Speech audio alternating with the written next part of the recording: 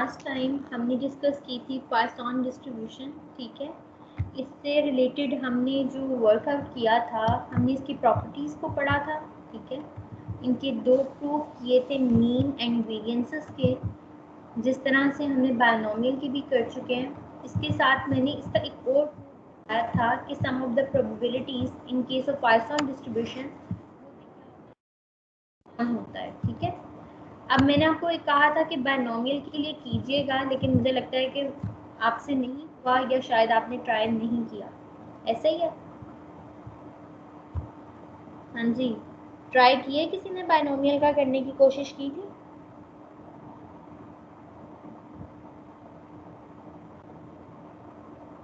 हाँ जी class, try करने की कोशिश की थी बायनोमियल का कि नहीं?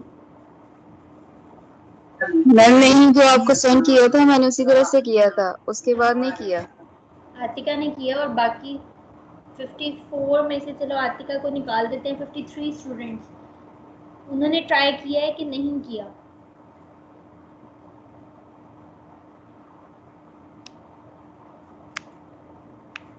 नहीं किया ना ट्राई, जबकि एक सोल्यूशन एक आपके पास था बी के पास था, उनका मैंने आपको करके बताया।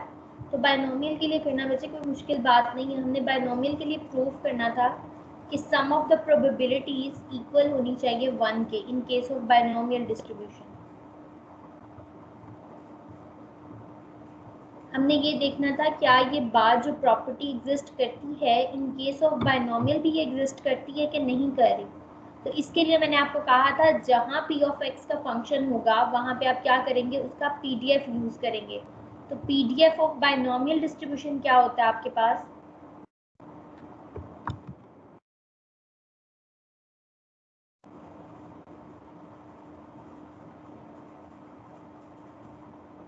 PDF of binomial distribution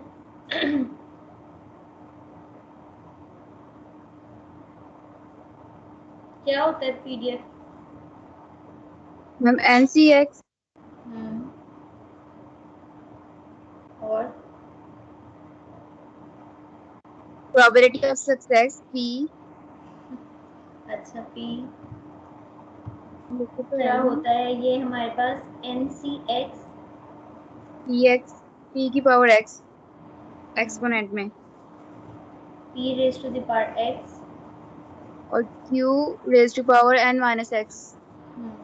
q raise to the power n minus x, ठीक है। X और हमने कहा था कि जो इसकी वेरिएशन होती है x कौन कौन सी वैल्यूज ले सकता है, वो 0 से स्टार्ट करता है और फिक्स्ड नंबर तक जाता है, ठीक है। ये इन्फिनिट तक नहीं जाता, ये 0 to n। इसमें आपके ट्रायल्स जो होते हैं वो स्पेसिफाइड होते हैं, मतलब पहले से आपको पता होते हैं कि कितनी ट्रायल्स है, कितनी बार एक्सपेरिमेंट को आपने रिपीट करना है। तो x आपके पास क्या होता है 0 up to N। 1 and so on, ये कहाँ तक जाता है n तक जाता है, ठीक है।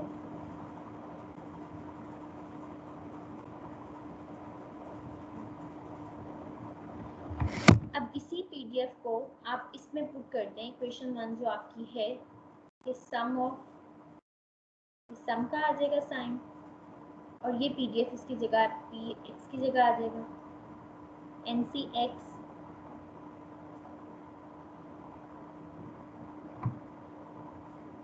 p raise to the power x और q raise to the power n minus x, ठीक है। इसको हमने प्रूफ क्या करना है कि ये हमारे पास इक्वल है 1 के।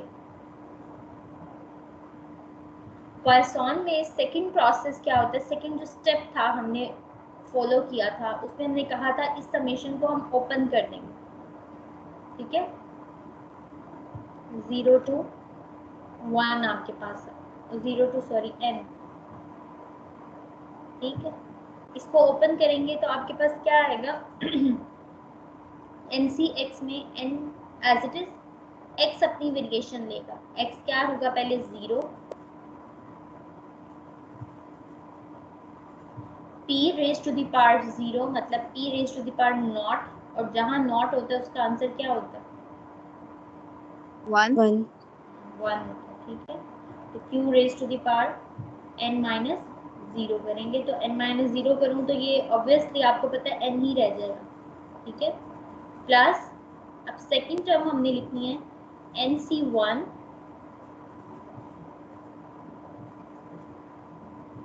p raise to the power 1 q raise to the power n minus 1 plus इसी तरह nc2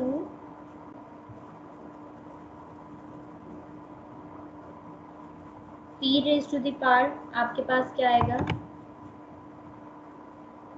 2, क्योंकि x है ना, जो यहाँ वैल्यू आएगी वो यहीं पे इसकी पावर में आएगी p की, और q raise to the power n minus 2 plus so on, ये n तक जाएगा और हम लास्ट टर्म अपनी लिख लेंगे and so on plus ncn n minus 2 नहीं आएगा?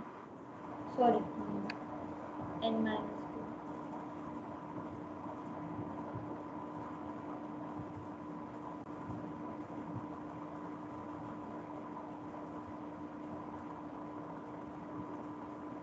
ठीक है। ncn p raise to the power n आपके पास आ जाएगा और फिर q raise to the power n minus n आ जाएगा, और इसी चीज को हमने प्रूव करना है कि ये जो चीज है ये इक्वल टू 1 होनी चाहिए, ठीक है। इसके विद इन ब्रैकेट कर लेते हैं इसको और इक्वल टू 1 कर देते हैं, ठीक है।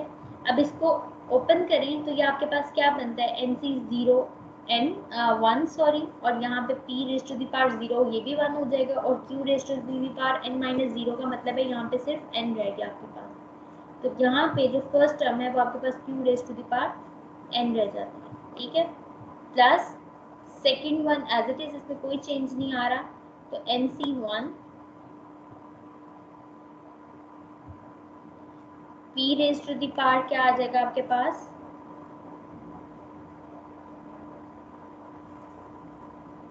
p raise to the power 1 है तो हम p को एज इट इज लिख लेंगे, प्लस q की पावर में आपके पास क्या है n माइनस सॉरी q की पावर में आपके पास n माइनस 1 है, ठीक है। इसी तरह सेकेंड टर्म में वो एज इट इज आपकी यहाँ पे आ जाएगी, ठीक है। Plus up to so on last term जो होगी वो आपकी क्या बन जाएगी ncn। अगर आप 2c2 करो ना तो इसका आंसर भी आपके पास क्या आता है कैलकुलेटर्स पे, अगर आप फाइंड आउट करो 2c2 3c3 ये कोई भी जो आपके पास n और r कॉम्बिनेशन में सेम होते हैं तो उस केस में आपके पास आंसर 1 आता है। ये आपने याद रखना है कि विदाउट कैलकुलेटिंग या आप विदाउट यूजिंग कैलकुलेटर ये दो वैल्यूज आपको पता होनी चाहिए 1 1 है। अगर 2c0 हो वो भी 1 होता है, 2c2 हो तो वो भी 1 होता है, ठीक है। फर्स्ट और लास्ट टर्म जो है, अच्छा जी यहाँ पे 1 आ गया, p raise to the power n हो गया, q raise to the power n minus n का मतलब है q raise to the power not, तो नॉट जहाँ जिसकी पावर में होगा वो आपको आंसर 1 ही देगा, तो यहाँ पे सिर्फ जस्ट रह जाता है आपके पास p raise to the power n। अगर याद हो आप लोगों को तो जब हमने बाइनोमियल का मीन प्रूफ किया था, मीन का जो प्रूफ किया था एक्सपेक्टेड वैल्यू ऑफ x को हमने np के इक्वल इक्वेट किया था, तो यहाँ पे जो सीरीज बनी थी उसको मैंने आपको कहा था कि बाइनोमियल सीरीज है, ठीक है, अगर याद हो तो। Yes ma'am. ओपन भी की थी आपके लिए कि अगर आप यस भूल मैम। गए हैं तो मैं वो आपको शो कर दूं कि वो होती क्या है।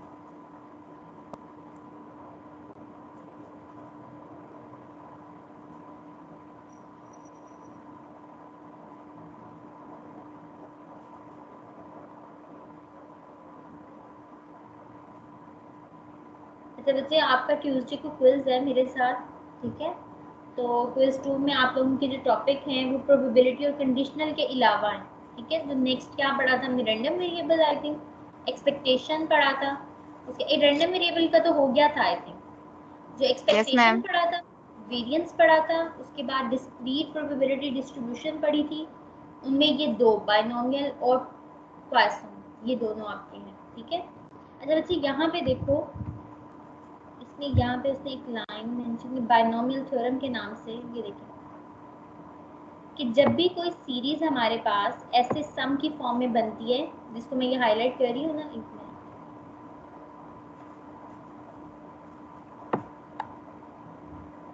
इसको जरा देखिएगा, यहाँ पे a raise to the power n plus nc1 a raise to the power n minus 1 b plus and so on, ये आप कर रहे हो, ठीक है, और plus b raise to the power n।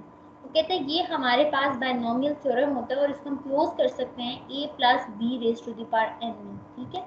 तो इसी चीज को मैंने यहाँ यूटिलाइज किया। यहाँ पे क्या किया कि यहाँ पे q, ठीक है, वहां पे a था ना, तो यहाँ पे q plus p raise to the power, ये आपके पास क्या बन जाएगा, इसकी पावर में क्या आएगा n, और ये इक्वल है आपके पास 1 के। आपने ये प्रूव करना है। अब नेक्स्ट स्टेप में क्या होगा, आपको पता है इन case of binomial distribution p plus q, probability of success plus probability of failure equal किसके होती है, 1 1 के। तो बच्चे यहाँ पे 1 आ जाएगा, 1 raise to the power n हो जाएगा। तो 1 की जितनी भी पावर हो वो क्या आपको आंसर देती है, 1 1 ही देती है। तो 1 इक्वल टू 1 प्रूव हो गया। Yes ma'am.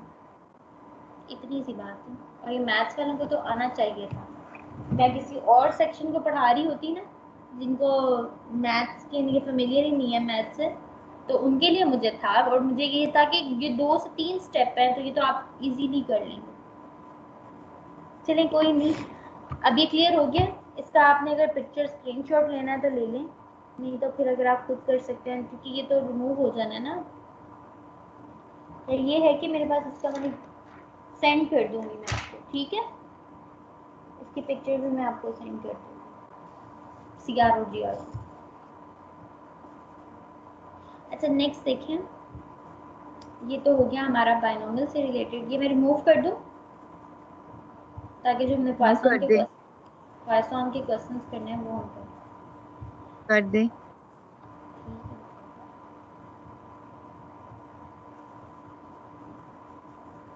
अच्छा इनमें से याद रखने की बात ये है कि जो बायनोमियल है वो बायनोमियल थ्योरम को यूज़ करेगी, और जो पॉइसन है वो क्या करेगा, एक्सपोनेंशियल सीरीज को करेगा यूज़, ठीक है। तो इन दोनों में आपने डिफरेंस जो है वो याद रखना है, और मुश्किल नहीं है क्योंकि इसमें एक्सपोनेंशियल इन्वॉल्व होता है, तो हम एक्सपोनेंशियल सीरीज इसको क्लोज करते हैं। और वहाँ पे चूँकि एन जो बायनोमियल कोफिशिएंट कहलाता है, तो वो यूज हो रहा है, इस वजह से हम वहाँ पे बायनोमियल थ्योरम यूज कर रहे हैं, ठीक है। अच्छा पॉइसन से रिलेटेड कुछ क्वेश्चंस थे यहाँ पे। कहता है if x is a Poisson random variable with parameter mu is equal to 2, find the probability 0, 1, 2, 3 और more। ये अब आपने प्रोबेबिलिटीज निकालनी है, पैरामीटर गिवन है। एक्सपोनेंशियल का वही जो आपके पास टूल है, जो फॉर्मूला है पीडीएफ का, वो यूज किया। Mu raise to the power x, मैं अच्छा इसको पढ़ती होती हूँ, mu raise to the power x e raise to the power minus mu. इन्होंने अक्सर नोटेशन में ई वाली टर्म पहले लिखी होती है, तो चूंकि आप लोगों के लिए जैसे आप लोगों को आसान हो आप उसको याद करें। इस तरह आसान आसान क्यों है, क्योंकि जब आप यहाँ पे इसे तो मुश्किल इतना बिल्कुल भी नहीं है ये फॉर्मूला, लेकिन जब mu raise to the power x करते हैं ना, तो आपको ई की पावर में जो है वो कंफ्यूजन नहीं होती कि ई की पावर में आपने क्या लेना है, एक्स लेना है कि म्यू लेना है। क्योंकि इसकी पावर में ऑलरेडी एक्स है, तो ई की पावर में एक्स नहीं है, ई की पावर में म्यू है, ठीक है। जिसको पहले मैंने रीड आउट कर लिया है ना, वो ई की पावर में है और डिवाइडेड बाय एक्स फैक्टोरियल, ठीक है। तो मैं इसको इसी तरह आप देखोगे जो मैंने सॉल्व भी की हुई है वो मैंने इसी तरह से लेके की हुई है। तो अगर कहीं ई पहले आ जाए तो जैसे आपको याद करना आसान हो आप कर सकते हैं। अच्छा यहाँ पे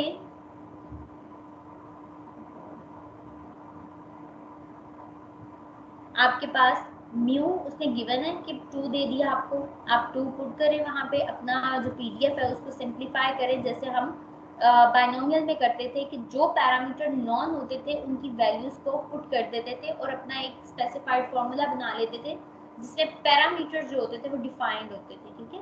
अब यहाँ पे x जो है वो वेरी करेगा, जाहिर सी बात है, उसने कहा x इज इक्वल टू 0 पे वैल्यू बताओ, 2 पे बताओ और 3 और मोर पे बताओ। तो आपने 0 पे निकाल ली, 1 पे निकाल लेनी है, 2 पे निकाल लेनी है। अब 3 और मोर के लिए आपने क्या करना है, कंप्लीमेंट लॉ। वही बात जो लास्ट लेक्चर में मैंने बताई थी कि 3 और मोर का मतलब ये है कि 3, 4, 5 up to so on infinite. अब इसका एंड नहीं है, मैं उसको वैल्यूएट नहीं कर सकती, तो मैं यहाँ पे कंप्लीमेंट लॉ उसको यूज कर लूंगी ताकि मैं जिस चीज को फाइंड आउट करना चाह रही हूँ वो मेरे लिए सिंपल हो जाए। ठीक है, तो आप 1 में से probability of x is less than 3 को माइनस करेंगे तो आपके पास आंसर आ जाएगा। ठीक है, यहाँ पे इक्वालिटी नहीं लगाना है, क्योंकि अगर इक्वालिटी आपको चाहिए तो आप अपने 1 में से माइनस वाले में इक्वालिटी नहीं लगाएंगे। लेकिन अगर आपको इक्वालिटी नहीं चाहिए, अगर यहाँ पे होता कि 3 ग्रेटर देन 3 के लिए निकालें तो आप x इज ग्रेटर देन 3 करते, यहाँ पे आप less than and equal to 3 का साइन करते। अब ये जहन में बात मैंने इसलिए बताई आपको कि अक्सर बच्चे ये गलती लाजमी करते हैं कि अगर यहाँ ग्रेटर देन एंड इक्वल है ना तो यहाँ पे लेस देन एंड इक्वल कर देते हैं। बच्चे जब हम ये काम करते हैं ना तो हम 3 को 1 में से एक्सक्लूड कर देते हैं, जबकि 3 तो हमें चाहिए। तो हमें 3 जब चाहिए तो हमने उसको याद रखना है कि एक्सक्लूड नहीं करना। देखो ना, ये 1 में से माइनस हो जाती है, जो जो टर्म्स हम यहाँ लिखते हैं वो हम निकाल देते हैं, एक्सक्लूड कर देते हैं, फिर ही हमें रिमेनिंग वाले की प्रोबेबिलिटी मिलती है। ठीक है, तो इस है कि अगर एक ग्रेटर देन एंड इक्वल है तो सेकंड वन लेस देन ही होना चाहिए, उसके साथ इक्वालिटी नहीं होनी चाहिए। ठीक है, इस पे नेक्स्ट क्वेश्चन पे आते हैं। वो कहता है 200 passengers have made reservations for an airplane flight if the probability that a passenger who has a reservation will not show up is 0.01। मतलब वो अपनी रिजर्वेशन नहीं दिखाता तो उसकी क्या प्रोबेबिलिटी है, 0.01। what is the probability that exactly 3 will not show up। यानी कि अब उसने कह दिया कि अब आपके पास जो will not show up की प्रोबेबिलिटी है वो आपका p है, n आपका क्या है जो यहाँ पे गिवन है वो है 200 पैसेंजर्स। तो 200 n आपका देखिए कितना लार्ज है, और p प्रोबेबिलिटी ऑफ सक्सेस 0.01 है, बहुत माइनर प्रोबेबिलिटी आपको गिवन है।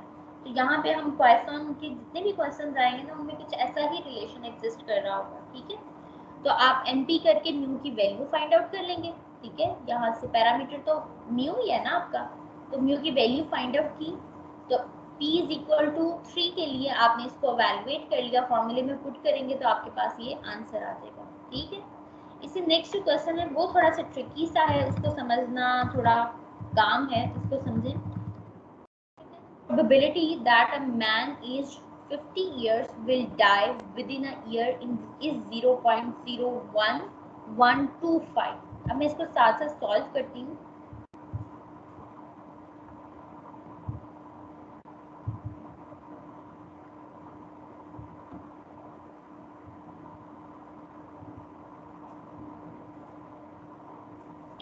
अच्छा जी, आपको प्रोबेबिलिटी दी हुई है विल नॉट सरवाइव की, वो क्या है आपके पास 0.01125। ठीक है, डाई मर जाता है तो उसका मतलब यही है ना कि वो सरवाइव नहीं कर पा रहा, मतलब है ना इसका। Yes ma'am, yes ma'am. 0.011 और 25। ठीक है, okay, तो what is the probability that of 12 such men at least 11 will reach their 51st birthday। वो कहता है कि आपके पास आपने ये बताना है कि आपके पास टोटल जो n है वो आपके पास 12 का गिवन है। 12 आपके पास n है और इसमें से 11 जो है एटलीस्ट 11 जो है वो सरवाइव कर जाते हैं। अब गिवन तो आपको नॉट सरवाइव की है ना, ये देखें, ये मैंने आपको भी बात बताई है कि ये वो है कि जो डाई हो जाता है, मतलब मर जाते हैं। ठीक है, तो ये नॉट सरवाइव की प्रोबेबिलिटी है आपके पास, मैं लिख भी देती हूँ नॉट सरवाइव।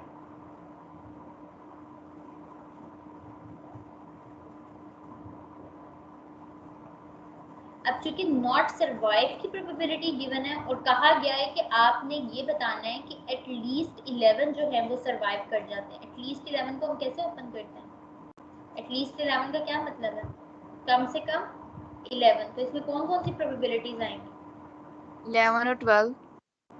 इसमें प्रोबेबिलिटी आएगी आपके पास 11 की और 12 की, 12। ठीक है। अब हम इसको ये कंसिडर कर रहे हैं कि ये वो है जो कि सरवाइव कर जाएंगे, ठीक है। 11 या तो सरवाइव कर जाए या फिर कौन कर जाए, 12 के 12 भी सरवाइव कर जाए। अब हम इसके मीनिंग्स को अल्टरनेटिवली लेते हैं, किस तरह से। अब यहाँ पे आप क्या करोगे, आप ये देखो कि अगर 11 सरवाइव कर रहे हैं तो कितने सरवाइव नहीं कर रहे, 1 1। 1। तो आपको किसकी चाहिए, x इज इक्वल टू 1 पे इन case of not survive probability, ठीक है। x इज इक्वल टू 1 के लिए पॉइसन का, पॉइसन की बात कर रही हूँ, पॉइसन में जब हम करेंगे ना तो हमें x इज इक्वल टू 1 के लिए, क्योंकि ये इक्वलेंट होगा मेरे पास प्रोबेबिलिटी ऑफ 11 सर्वाइव्ड। यहाँ पे मैं इसको वर्बली लिख देती हूँ ताकि आप लोगों को समझ में थोड़ा सा और clear. Probability of 1 not survived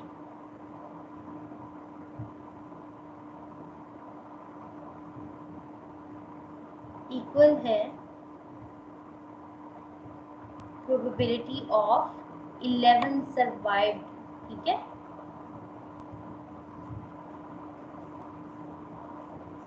अगर हम इसको अपनी वर्डिंग में यानी कि ऑल्टरनेट ले रहे हैं तो इसका यही मतलब निकलता है कि प्रोबेबिलिटी ऑफ 11 सर्वाइव्ड का मतलब है कि 1 नॉट सर्वाइव्ड, टोटल तो 12 थे। अब प्रोबेबिलिटी ऑफ 12 का क्या मतलब है, प्रोबेबिलिटी ऑफ 12 सर्वाइव्ड का क्या मतलब है, 0 कर नॉट जीरो सर्वाइव नॉट है, सर्वाइव, हाँ जी, zero not not survive, survive.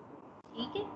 अब यहाँ पे आप पॉइसन यूज कर सकते हो क्योंकि आपको प्रोबेबिलिटी नॉट सर्वाइव की गिवन थी, तो मैंने इसकी वर्डिंग को थोड़ा सा चेंज करके प्रोबेबिलिटी ऑफ 12 सर्वाइव का ये मतलब बनता है, ठीक है। अब यहाँ पे आप ऊपर भी इसी तरह लिखोगे कि आप यहाँ पे ले रहे हो प्रोबेबिलिटी एटलीस्ट 11 की, तो आप लिखोगे probability of 0 survive not survive और प्रोबेबिलिटी ऑफ 1 नॉट सर्वाइव, ठीक है।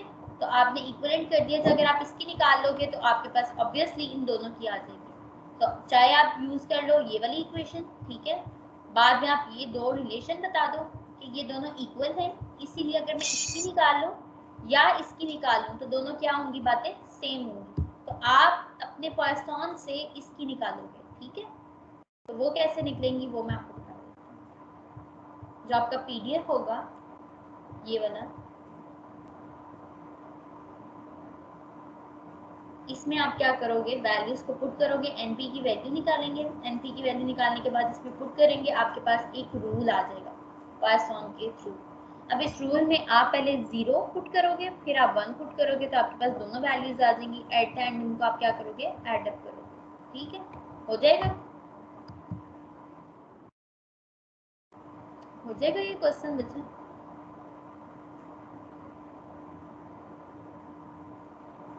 मैम समझ तो आ गई, लेकिन मेरा एक क्वेश्चन है, हम 0 और 1 की रिप्लेसमेंट पर 11 और 12 को यूज क्यों नहीं कर सकते? देखो अगर आप पॉइसन यूज करें बाइनोमियल के लिए आप कर सकते हो। बाइनोमियल के लिए क्या होता है केस में, हम कहते हैं बाइनोमियल ऐसा केस है जिसके अंदर आपके पास 2 आउटकम्स है, ठीक है, 2 पॉसिबल आउटकम्स है, सर्वाइव्ड और नॉट सर्वाइव्ड, सक्सेस और फेलियर, ठीक है। उस केस में आप क्या करोगे, आप इस प्रोबेबिलिटी को लोगे, ये देखोगे प्रोबेबिलिटी ऑफ क्या है, नॉट सर्वाइव्ड ना, और आपका इंटरेस्ट किस में है, सर्वाइव्ड में। तो आप यहाँ से जो अपना क्यू निकलेगा ना उसको पी ले लोगे। लेकिन जब पॉइसन लगाते हैं ना, हम अपनी सक्सेस और फेलियर को अल्टरनेट चेंज नहीं कर सकते, क्योंकि अगर मैं यहाँ पे फॉर एग्जांपल आप यहाँ से क्यू की वैल्यू निकालो, प्रोबेबिलिटी ऑफ सर्वाइव्ड निकालो, ये है प्रोबेबिलिटी ऑफ नॉट सर्वाइव्ड ना, तो पी आपके पास क्या आएगा, 1 माइनस, अगर मेरा इंटरेस्ट सर्वाइव में है 1 माइनस 0.01125, इसको माइनस करो क्या आता है आपके पास,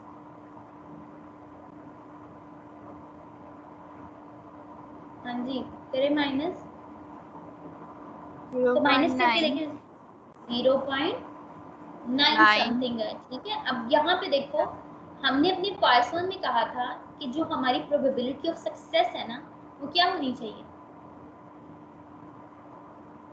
स्मॉल होनी चाहिए कि बिग होनी चाहिए, हाँ बहुत ज्यादा हाँ स्मॉल हाँ, होनी चाहिए ना, स्मॉलर।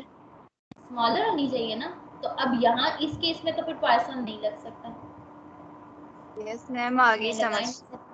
तो यही बात यहाँ पे जो है वो वैलिड नहीं करती कि जब n आपके पास ग्रेटर देन 0.5 हो जाएगा ना, तो पाइथन की तरफ नहीं फिर जाओगे, फिर बायनोमियल ही अप्लाई करोगे, ठीक है।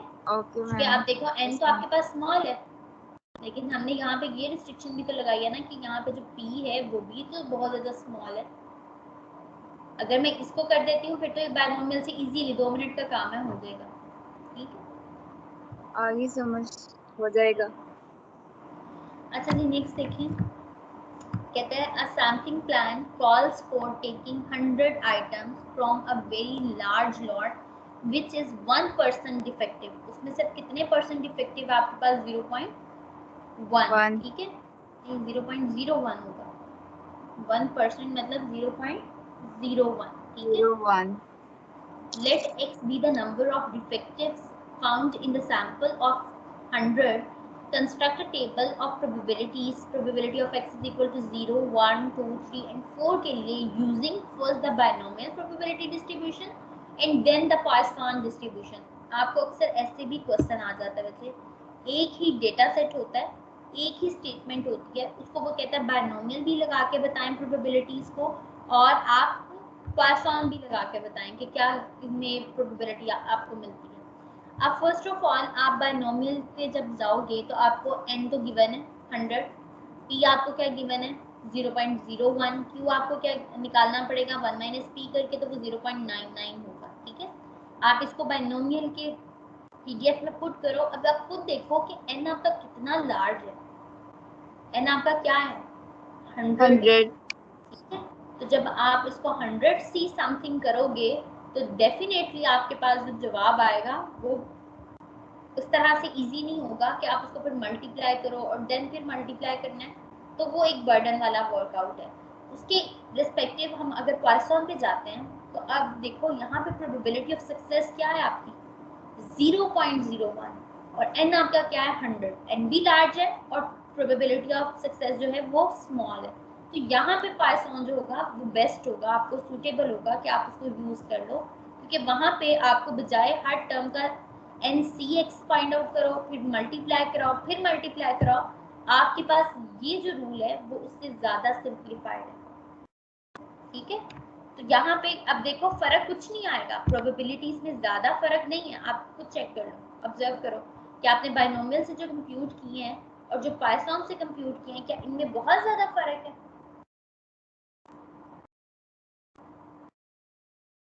कंपेयर करें ना इन वैल्यूज को।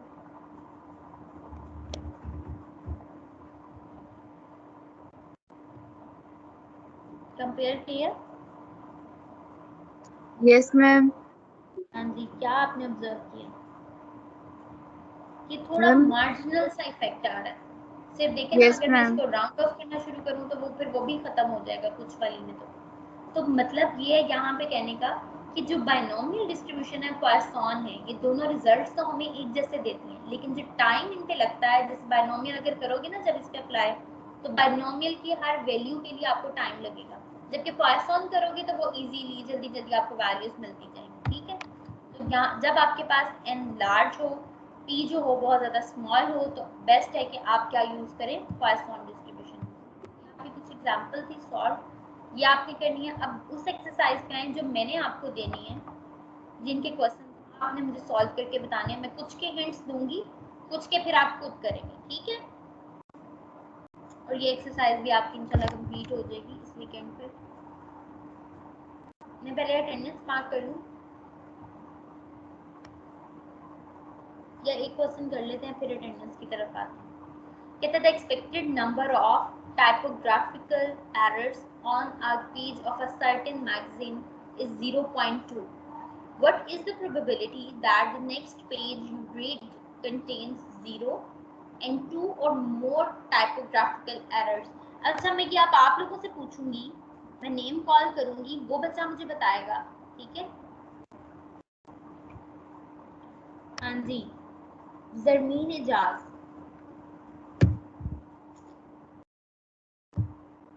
जरमीन एजाज 7005। बच्चे यस बात, मैम। ये बात की बात है कि आपको आता है या नहीं आता। जब मैं आपका नेम कॉल करूंगा तो तब आपकी रिस्पॉन्सिबिलिटी है कि आपने मुझे यस कहना ही कहना। यस मैम, मैं बोल रही हूँ। बच्चे यहाँ पे आप मुझे बताओ कि जो इंफॉर्मेशन गिवन है इसमें आपके पास क्या है, ये एवरेज म्यू गिवन है या पी गिवन है इस फर्स्ट स्टेटमेंट में?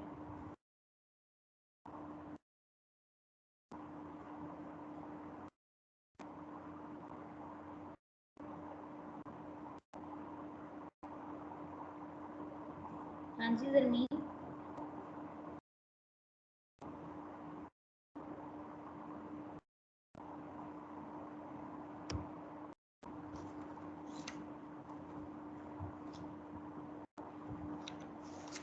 जरमीन एजाज, बच्चे नहीं पता मैम नहीं, मुझे नहीं पता। क्या कर रहे थे तब? क्लास क्लास नहीं ले रहे आप मेरी?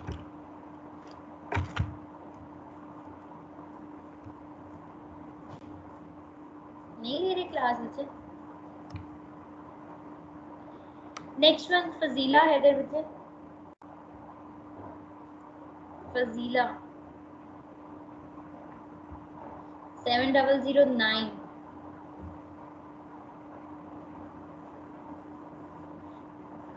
ईमान मकसूद 7014।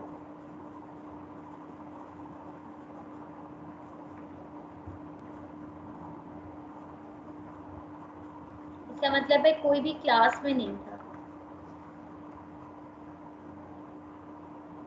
ईमान मकसूद, वेरी गुड। हाफिजा आमना,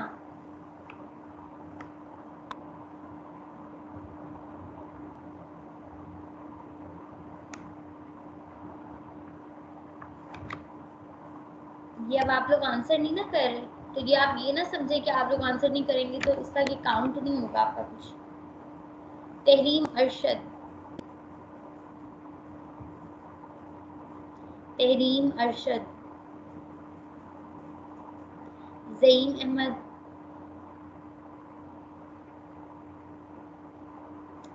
ज़ईम अहमद।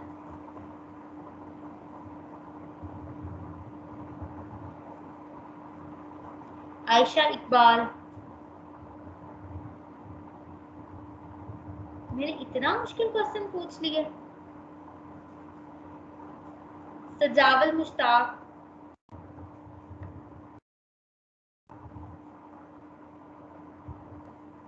किंजा अली। Yes ma'am.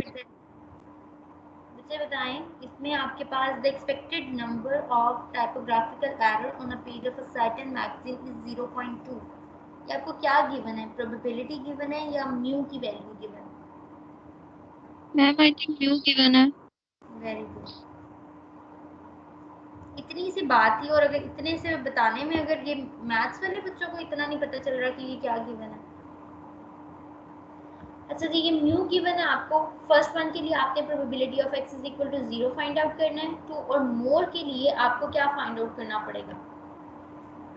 हाँ जी, इसका आंसर मुझे देगा मोहम्मद उमैर बेग, मोहम्मद उमैर बेग।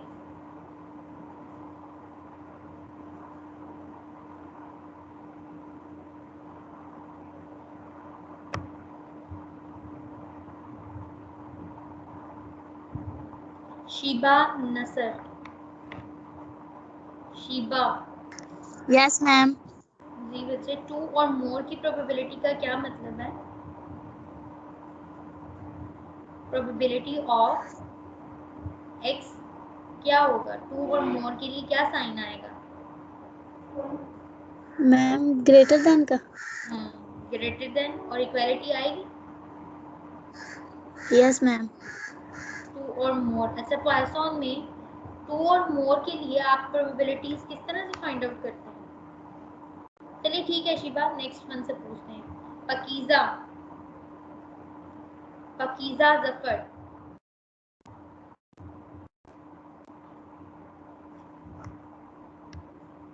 निम्रा हमाद,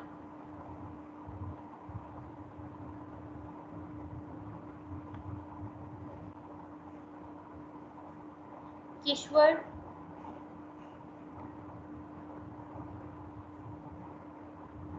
किश्वर, इरम मकबूल, इरम मकबूल, मोहम्मद शुएब भट्ट,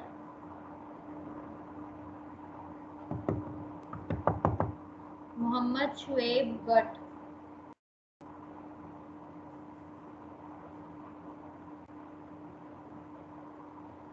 निम्रा गुल,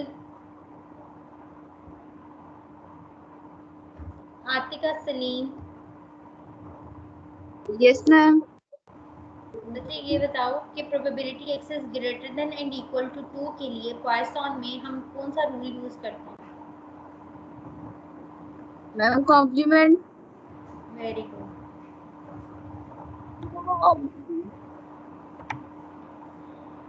हाँ जी, नेक्स्ट में अब यहाँ पे ये बाकी जो क्वेश्चंस है ना, ये भी हम करते हैं। पहले मैं अटेंडेंस मार्क करती हूँ, मैं देखती हूँ कौन कौन नहीं बोलता। सिर्फ अटेंडेंस अब उसी की होगी जो अपने मार्क करवाएगा।